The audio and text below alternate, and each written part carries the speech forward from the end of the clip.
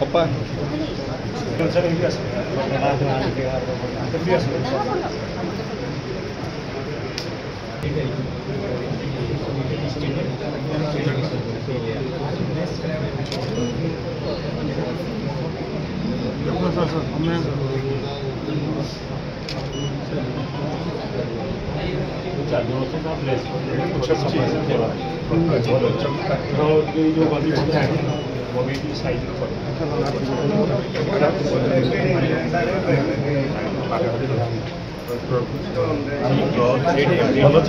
देखो निश्चित भाव में गोटे